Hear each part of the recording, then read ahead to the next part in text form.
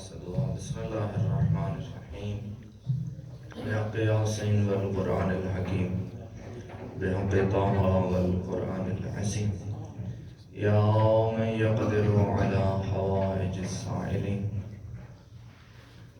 یا من یعلم ما فی الضمیر یا منفسا عن المکروبین یا مفرجا عن المغمومین یا راحم شیخ الکبیر یا رازق الطفل الصغیر یا من لا یحتاج الى تفسیر صلی علی محمد وآل محمد وافعل بی ما انت اہل ولا تفعل بی بنا ما نحن اہل الہی وفقنا فی هذا الامر صلوات علی محمد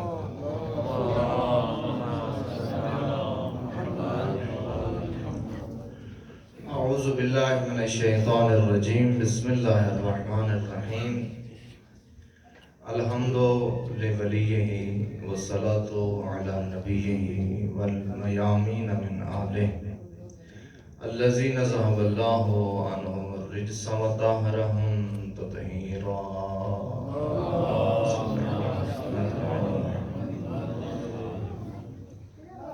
الا لعنت اللہ علی القوم الظالمین اما بعد فقد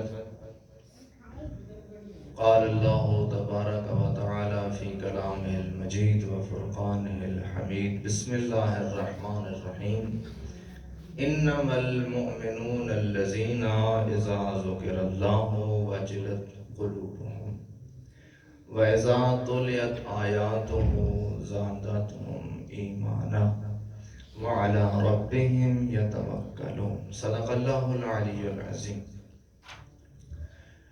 آج چونکہ درس تفسیر ہم خود قرآن سے ہی کرنا چاہ رہے تھے، پہلے انواع و اقسام میں چلتے رہے 2 دن تو وقت ادھر زیادہ صرف ہو رہا تھا، خواہش ہوئی کہ آج کچھ آیات سے استفادہ ہو سکے۔ یہ جو سورہ انفال سے میں نے اس آیت کو عنوان قرار دیا ہے، پہلے اس سورت کی فضیلت سنیں۔ صادق آل محمد فرماتے ہیں وسائل الشیعہ میں، صلوات چید افراد میں پڑھی ہے، سارے مل کے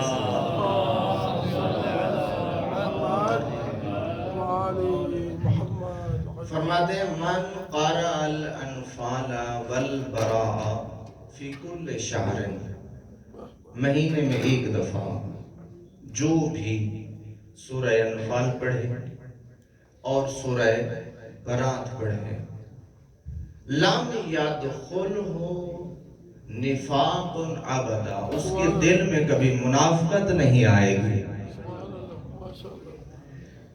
حدیث یہاں ختم نہیں ہوئی، لطف لینا اگلے جملے سے۔ فرماتے ہیں وَقَانَ مِنْ شِیَّةِ امیر المؤمنین حقا، جو شخص مہینے میں 1 دفعہ سورۃ الانفال اور سورہ برات کی تلاوت کریں، 2 فضیلتیں ہو چکی ہیں، تیسری بھی آنے والی ہے۔ فرماتے ہیں پہلی یہ کہ دل میں کبھی منافقت نہیں آئے گی، وَقَانَ مِنْ شِیَّةِ امیر المؤمنین حقا، اور وہ حقیقی شیعہ امیر المؤمنین ہوگا۔ لطف لینا، فرماتے ہیں یأکل یوم القیامت فی من مواعد الجنہ، قیامت کے دن یہ بندہ، یہ قاری سورہ انفال، قاری سورہ برات، یأکل یوم القیامت من مواعد الجنہ، یہ دسترخوان پر بیٹھ کر معہم، ان کے ساتھ کھانا کھا رہا ہوگا، حتی یفرغ الناس عاما، لوگ اپنا حساب دے رہے ہوں گے۔ اس سے بڑی فضیلت کیا چاہیے ہمیں؟ سورہ انفال کی تلاوت اور 3 اجر، منافقت سے دوری، شیعہ امیر المومنین ملنے کا سرٹیفکیٹ، اور دسترخوان بھی نصیب، یعنی حساب سے دوسرے لوگ ہوں گے 2-4 یہ فری ہے۔ یہ سورہ انفال۔ اس آیت میں اس سورہ انفال کا جو شان نزول ہے، چونکہ آج 5 منٹ اضافی ملے ہیں تو اس لیے تھوڑا کھل کے آنا چاہتا ہوں۔ سورہ انفال کا جو شان نزول ذکر ہوا ہے، فرماتے ہیں جنگ بدر میں یہ آیات نازل ہوئی۔ وجہ کیا ہوئی؟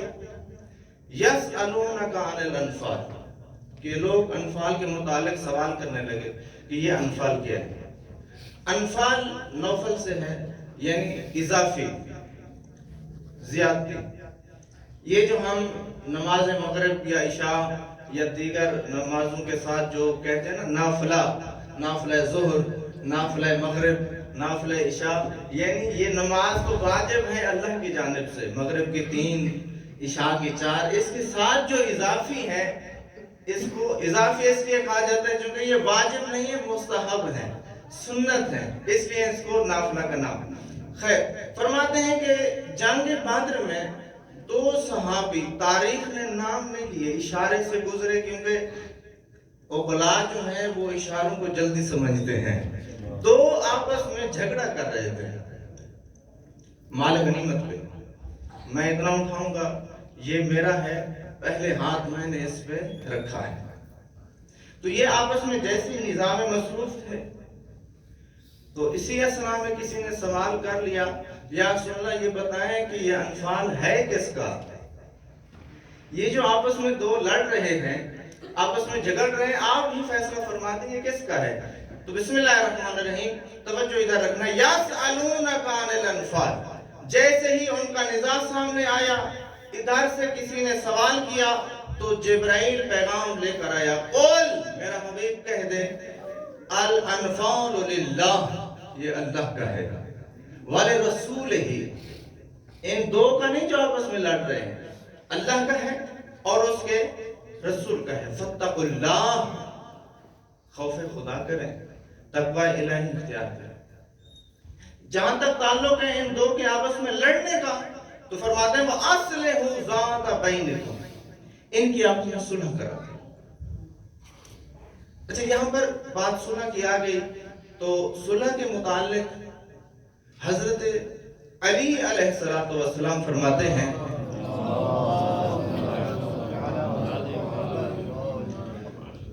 نماز اور روزے سے زیادہ فضیلت ہے 2 بھائیوں کی صلح کرا دینا۔ یعنی آپ اگر نماز مستحبات انجام دینا چاہتے ہیں، دیکھا کہ سامنے کسی کی لڑائی ہو گئی، نماز چھوڑیں، ان کی صلح پہ جائیں۔ پھر چھٹے لال ولایت فرماتے ہیں، جو راہ خدا میں انسان مال خرچ کرتا ہے، اگر وہ مال 2 بھائیوں کی صلح میں خرچ ہو جائے تو اللہ کو یہ خرچ زیادہ پسند ہے۔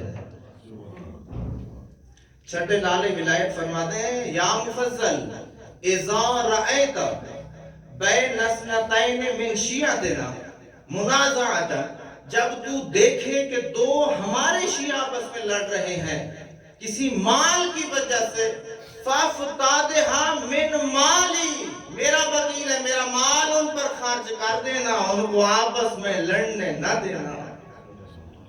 یعنی صلح کا مقام کتنا ہے، لیکن ہمارا مزاج المیہ کیا ہے؟ اگر لڑ رہے ہوں تو ہم 2 میں سے ایک کام کرتے ہیں، یا دور سے تماشا دیکھتے ہیں، یا بڑا موبائل ہے تو ویڈیو بناتے ہیں۔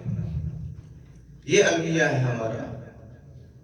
بھی 2 بھائی آپس میں لڑیں، صلح کرو، کوشش کرو۔ وَأَصْلِحُوا ذَاتَ بَيْنِكُمْ، ایمان کافی نہیں ہے، اطیعوا اللہ، اطاعت پروردگار کرنی چاہیے، وَرَسُولَهُ، اور اس کے رسول کی بھی اطاعت، ان کنتم مؤمنین، اگر تم سچے مومن ہو۔ آگے فرماتے ہیں انما، فضلاء جانتے ہیں انما کیا اثر رکھتا ہے؟ حصر، یعنی اس کے علاوہ کوئی اور آپشن ہی نہیں ہے۔ انما المؤمنون، مومن فقط کون ہے؟ الذین اذا ذکر اللہ، جب اللہ کا ذکر ان کے سامنے آتا ہے، وجلت قلوب، ان کے دل میں خوف آ جاتا ہے۔ تاریخ نے